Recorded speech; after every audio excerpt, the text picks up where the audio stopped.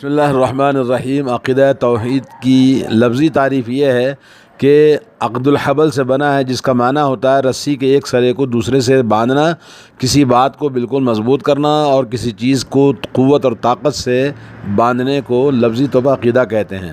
ویسے شرعی اعتبار سے اسلامی عقیدہ یہ ہے کہ ایک مسلمان اللہ اور اس کے رسول صلی اللہ علیہ وسلم کے بتلائے ہوئے بنیادی اساسی امور پر ایمان، اللہ تعالیٰ کی وحدانیت، عبادت، الوہیت، آخرت اور رسالت و نبوت کے وغیرہ کے بارے میں جو نصوص آئے ہیں پورے علم اور بصیرت اور بغیر شک و شبہ کے کامل یقین کے ساتھ ایمان لے آئے، اس کو توحید کہتے ہیں۔ توحید کی تعریف یہ واحدہ یوحد توحید سے بنا ہے، جس کا معنی کسی چیز کو ایک قرار دینا۔ توحید سے مراد یہ کہ اللہ وحدہ لا شریک کو توحید الوہیت و عبادت، توحید ربوبیت، توحید اسماء و صفات تینوں اقسام میں اکیلا اور یکتا مانا جائے۔ بعض علماء نے یہ تعریف کی ہے کہ اللہ تعالیٰ کو عبادت میں یکتا اور اکیلا مانا جائے۔ عقیدہ توحید کی اہمیت بڑی اہم ہے۔ اس کے اہم گوشے یہ ہیں: نمبر 1، انسان کی پیدائش کا عظیم مقصد صرف اللہ تعالیٰ کی توحید عبادت ہے، جیسا کہ فرمان ہے وما خلقت الجن والانس الا لیعبدون، اور انسان اور جنوں کو اللہ تبارک و تعالیٰ نے صرف اس لیے پیدا کیا ہے تاکہ وہ اللہ ہی کی عبادت کریں۔ سورہ ذاریات آیت نمبر 56۔ نمبر 2، اسی توحید عبادت کے لیے اللہ تعالیٰ نے تمام انبیاء علیہ الصلاۃ والسلام کو مبعوث فرمایا اور آسمان سے کتابیں نازل فرمائی۔ اللہ کا فرمان ہے وَلَقَدْ بَعَثْنَا فِي كُلِّ أُمَّةٍ رَسُولًا أَنِ اعْبُدُوا اللَّهَ وَاجْتَنِبُوا الطَّاغُوتَ۔ ہر امت میں ہم نے ایک پیغمبر کو بھیجا تاکہ یہ حکم دیں کہ صرف اللہ وحدہ لا شریک عبادت کا مستحق ہے اور طاغوت سے بچو، اللہ ہی کی عبادت کرو اور طاغوت سے بچو۔ سورہ نحل آیت نمبر 36۔ اور فرمایا وما ارسلنا من قبلک من رسول الا نوحی الیہ انہ لا الہ الا انا فاعبدون۔ آپ سے پہلے جتنے بھی پیغمبر دنیا میں آئے، ہم نے ان کو یہی پیغام دے کے بھیجا کہ میرے علاوہ کوئی حقیقی معبود نہیں، بس میری ہی عبادت کرو۔ سورہ انبیاء آیت نمبر 25۔ اور نمبر 3 یہ کہ تمام نبیوں کی دعوت کی بنیاد یہی توحید عبادت، توحید الوہیت کی قسم رہی ہے۔ سب سے پہلے اسی کی دعوت دی جاتی ہے۔ لوگوں کو رسول اللہ صلی اللہ علیہ وسلم نے 13 سال تک مکہ مکرمہ میں اسی کی دعوت دیتے رہے اور شرک سے لوگوں کو ڈراتے رہے۔ اور جب معاذ بن جبل رضی اللہ تعالیٰ عنہ کو یمن کا گورنر بنا کر بھیجا تو آپ نے فرمایا تم اہل کتاب کے لوگوں کے پاس جا رہے ہو، سب سے پہلے انہیں جس چیز کی دعوت دو گے وہ اللہ کی توحید کی دعوت دینا ہے، لا الہ الا اللہ۔ یہاں تک کہ جب وہ توحید کا اقرار کرنے والے ہو جائیں تو پھر انہیں یہ سکھاؤ کہ اللہ تعالیٰ نے ان پر رات اور دن میں 5 وقت کی نماز فرض قرار دیا ہے۔ صحیح بخاری اور صحیح مسلم کی حدیث ہے۔ دوستو بھائیو، اعمال کے قبول ہونے کے لیے اللہ تعالیٰ کے نزدیک توحید شرط ہے۔ جس کی توحید صحیح نہ ہو اس کا کوئی عمل اللہ تعالیٰ کے یہاں قبول نہیں ہوگا، جیسا کہ فرمایا وَلَقَدْ أُوحِيَ إِلَيْكَ وَإِلَى الَّذِينَ مِن قَبْلِكَ لَئِنْ أَشْرَكْتَ لَيَحْبَطَنَّ عَمَلُكَ وَلَتَكُونَنَّ مِنَ الْخَاسِرِينَ کی جانب اور آپ سے پہلے تمام انبیاء کی جانب یہی وحی نازل کی گئی کہ اگر آپ اللہ کے ساتھ شرک کا ارتکاب کریں گے تو آپ کا سارا عمل برباد ہو جائے گا اور آپ یقیناً نقصان اٹھانے والوں میں سے ہو جائیں گے۔ سورۃ الزمر آیت نمبر 65۔ تو آپ سمجھ گئے ہوں گے کہ عقیدہ توحید کے بارے میں کیا اہمیت ہے۔ اب آئیے توحید کے ثمرات۔ دنیا اور آخرت میں توحید کے عظیم الشان اللہ تبارک و تعالیٰ نے ثمرات اور بدلے رکھے ہیں، جن میں سے نمبر 1، توحید انسان کی جان و مال اور عزت و آبرو کی حفاظت کا سبب اور ذریعہ ہے، جیسا کہ رسول اللہ صلی اللہ علیہ وسلم نے فرمایا مجھے لوگوں کے ساتھ جہاد کرنے کا حکم دیا گیا ہے یہاں تک کہ وہ لا الہ الا اللہ اور محمد رسول اللہ کی گواہی دینے لگیں۔ صحیح بخاری صحیح مسلم۔ تو نمبر 1 کیا ہوا؟ جان و مال، عزت و آبرو سب کی حفاظت توحید کے برکت سے ہوتی ہے۔ توحید کی وجہ سے انسان کو دنیا اور آخرت میں سعادت اور امن و امان حاصل ہوتا ہے، جیسے اللہ نے فرمایا الذین آمنوا ولم یلبسوا ایمانهم بظلم اولئک لهم الامن وهم مہتدون۔ جو لوگ ایمان لائے، عقیدہ توحید پر قائم رہے اور انہوں نے اپنے ایمان کو ظلم یعنی شرک ساتھ خلط ملط نہیں کیا تو انہیں اللہ کے نزدیک امن و امان حاصل ہے اور وہی لوگ ہدایت یافتہ ہیں۔ سورہ انعام آیت نمبر 82۔ آیت میں ظلم سے مراد شرک ہے، بدعات ہے، خرافات ہے، جیسا کہ ہمارے ہاں لوگوں میں بہت ساری بدعقیدگیاں پائی جاتی ہیں۔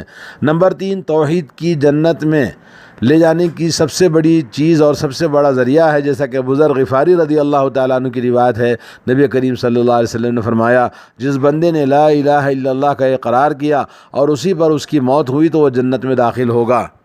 4، اس توحید کا پھل یہ ہے، فائدہ یہ ہے کہ توحید انسان کے تمام گناہوں کی مغفرت کا ذریعہ ہے، جیسا کہ حضرت انس رضی اللہ تعالیٰ عنہ کی حدیث میں وارد ہے کہ انہوں نے رسول اللہ صلی اللہ علیہ وسلم کو فرماتے ہوئے سنا، اللہ تعالیٰ فرماتا ہے، اے ابن آدم، اگر تو میرے پاس زمین کی وسعتوں کے برابر گناہ لے کر آئے اس حال میں کہ میرے ساتھ کسی کو شریک نہ ٹھہرایا ہو تو میں تیرے گناہوں کے برابر مغفرت لے کر آؤں گا۔ مطلب یہ کہ توحید اگر ہے تو اللہ رب العالمین چاہے انسان کے جتنے گناہ ہو اس کو بخش دیتا ہے۔ ترمذی اور مسند احمد کی حدیث ہے۔ جیسا کہ آپ نے سنا ہے کہ ایک انسان جس کے پاس 99 انسانوں کو قتل کرنے کے بعد آخر میں 100 انسانوں کو مکمل کیا، مگر وہ ایمان اور توحید کا اقرار کیا تو اللہ تبارک و تعالیٰ نے اس کی مغفرت فرما کر جنت میں داخل فرما دیا۔ ایک اور انسان جس نے زندگی کے اندر کوئی گناہ نہیں چھوڑا تھا، وہ تمام گناہوں کے بعد جب وہ مرنے لگا تو اس نے اپنے بچوں سے کہا کہ میرے مرنے کے بعد میری راکھ کو آدھی سمندر میں ڈالنا، آدھی ہوا میں اڑا دینا۔ تو اللہ تبارک و تعالیٰ نے اس کو جمع کیا اور کہا کہ تو نے ایسا کیوں کیا؟ بولا تیرے ڈر سے، تیرے خوف سے۔ تو اللہ تعالیٰ نے اس کی توحید کی وجہ سے اس کو مغفرت فرما دیا اور جنت میں داخل فرما دیا۔ دوستو، نمبر 5 فائدہ اس کا یہ ہے، توحید انسان کو دوزخ سے نجات دلاتی ہے، جیسا کہ حضرت عثمان رضی اللہ تعالیٰ عنہ کی حدیث ہے، رسول کریم صلی اللہ علیہ وسلم نے فرمایا، بے شک اللہ تعالیٰ نے اس آدمی کے لیے جہنم کو حرام قرار دیا ہے، جہنم کی آگ اس کو جلائے گی نہیں جس نے لا الہ الا اللہ کہا اور اس سے صرف اللہ تعالیٰ کی رضامندی مقصود ہو، یعنی توحید خالص اس کے اندر ہو، تو اس کے لیے جہنم حرام ہو جاتی ہے۔ صحیح بخاری، صحیح مسلم۔ مطلب یہ ہوا کہ اگر آدمی گناہوں کی وجہ سے اگر جہنم میں جاتا بھی ہے تو کچھ دن سزا پانے کے بعد اپنے گناہوں کی وہ یقیناً جنت میں جانے والا ہوگا۔ عقیدہ توحید کے بارے میں اگر ہم سیکھنا چاہتے ہیں تو اس کے مصادر اور مراجع کہاں ملیں گے، کہاں سے ہم کو توحید کے بارے میں سیکھنا ہے؟ تو اسلامی عقیدے کی اساس و بنیاد صرف قرآن مجید ہے۔ پورا قرآن مجید اللہ تبارک و تعالیٰ کی توحید کو بیان کرتا ہے۔ آج ہم قرآن مجید کو پڑھتے اور سمجھتے نہیں ہیں، تو آدمی کو چاہیے کہ اس کا ترجمہ پڑھے اور سمجھنے کی کوشش کرے، اور اسی طرح عقیدہ توحید رسول کریم صلی اللہ علیہ وسلم کی سنتوں سے سیکھی جاتی ہے۔ یہی وہ دونوں مصدر صافی اور کافی اور شافی ہیں، اور انہی دونوں سے مسلمان حق اور باطل عقائد اور باطل افکار میں فرق کر سکتا ہے۔ دوستو بھائیو، ہر مسلمان کے لیے ضروری ہے کہ اپنے عقیدے کی بنیاد صرف قرآن مجید اور صحیح احادیث رسول اللہ صلی اللہ علیہ وسلم سے اخذ کرے، وہی ہمارے عقیدے کے مصادر اور مراجع ہیں۔ عقیدے کے معاملے میں کسی کی رائے یا عقل یا رسم و رواج جو شریعت کے مخالف ہیں ان کو عقیدہ نہ بنایا جائے۔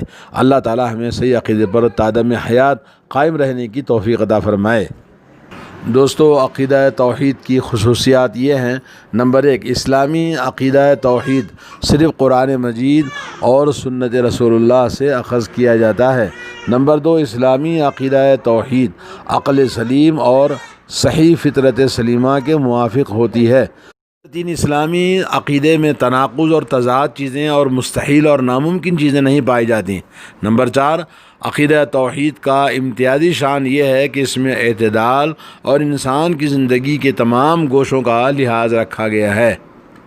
اب آپ سمجھ گئے ہوں گے کہ عقیدہ توحید اس بات کا اعتقاد رکھنا کہ وہ اللہ ایک ہی عبادت کا مستحق ہے، وہی ہمارا رب ہے اپنے تمام ناموں اور اپنی تمام صفتوں میں، اور اس بات کا بھی اعتقاد رکھنا کہ وہی ہمارا حقیقی معبود اور مالک برحق ہے، اور یہ کہ جب سب کچھ وہی ہے تو صرف وہی تنہا عبادت کا بھی مستحق ہے۔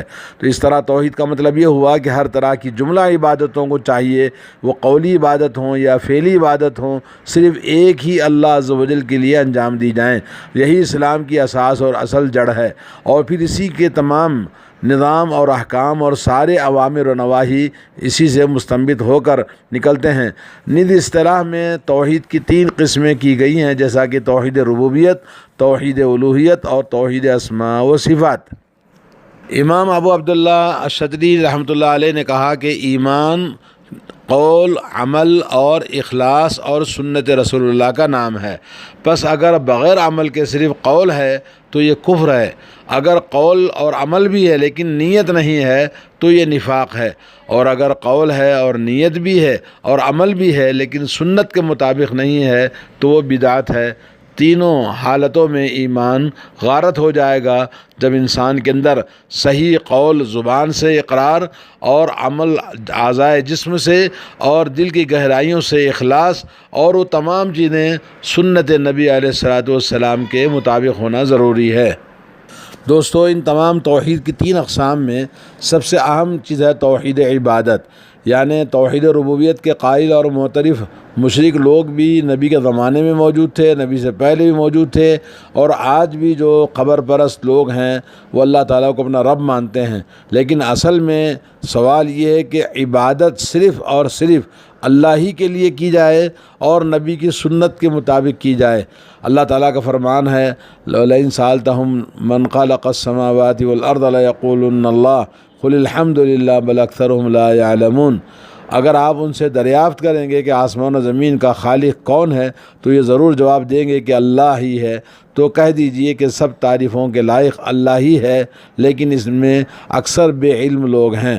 اللہ تعالیٰ کا یہ قول بھی ہے وَمَن يَرْزُقُكُم مِّنَ السَّمَاءِ وَالْأَرْضِ أَمَّن يَمْلِكُ السَّمْعَ وَالْأَبْصَارَ وَمَن يُخْرِجُ الْحَيَّ مِنَ الْمَيِّتِ وَيُخْرِجُ الْمَيِّتَ مِنَ الْحَيِّ وَمَن يُدَبِّرُ الْأَمْرَ فَسَيَقُولُونَ اللَّهُ فَقُلْ أَفَلَا تَتَّقُونَ۔ سورہ یونس آیت نمبر 31 اور 32۔ آپ کہہ دیجئے کہ وہ کون ہے جو تم کو آسمان و زمین سے رزق پہنچاتا ہے، وہ کون ہے جو کانوں اور آنکھوں پر پورا اختیار رکھتا ہے، اور وہ کون اللہ کی ذات ہے جو زندے کو مردے سے نکالتا ہے اور مردے کو زندے سے نکالتا ہے، مردے کو زندے سے نکالتا ہے، وہ کون ہے جو تمام کاموں کی تدبیر کرتا ہے، کائنات کا نظام چلاتا ہے۔ ضرور وہ یہی کہیں گے اللہ۔ تو ان سے کہہ دیجئے کہ پھر کیوں نہیں ڈرتے اللہ سے، یعنی اللہ کی توحید کو کیوں نہیں اختیار کرتے کہ صرف اللہ ہی عبادت کا مستحق ہے۔ دوستو، آخر میں کہنا یہ ہے کہ تمام رسولوں اور پیغمبروں کو اللہ رب العالمین انبیاء کو توحید الوہیت کی دعوت کے لیے دنیا میں بھیجا گیا تھا، اور سب نے اپنی قوموں کو یہی بتلایا کہ صرف ایک ہی اللہ ہر قسم کی عبادت کا مستحق ہے، باقی اس کے سوا جتنے لوگوں کی عبادت کی جاتی ہے، چاہے اولیاء اللہ ہوں، پیغمبر ہوں، یا یہ کہ وہ فرشتے ہوں، کسی کی بھی عبادت کی جائے وہ سب معبودان باطل ہیں۔ ان کی عبادت سے بچو، اور شرک سب سے بڑا گناہ اور جرم ہے روئے زمین پر۔ وَلَقَدْ بَعَثْنَا فِي كُلِّ أُمَّةٍ رَسُولًا أَنِ اعْبُدُوا اللَّهَ وَاجْتَنِبُوا الطَّاغُوتَ۔ ہم نے ہر امت میں ایک رسول کو بھیجا کہ انہوں نے لوگوں کو بتایا کہ لوگوں صرف اللہ ہی عبادت کا مستحق ہے، اسی کی عبادت کرو اور اس کے سوا تمام باطل معبودوں سے بچو۔ جی، سورہ اسراء، سورۃ النحل آیت نمبر 36۔ اللہ تبارک و تعالی ہم تمام کو توحید خالص، توحید عبادت پر گامزن رہنے کی توفیق عطا فرمائے، اور اسی پر ہم سب کا خاتمہ فرمائے۔ وصلی اللہ علی نبینا محمد وعلی آلہ وصحبہ اجمعین۔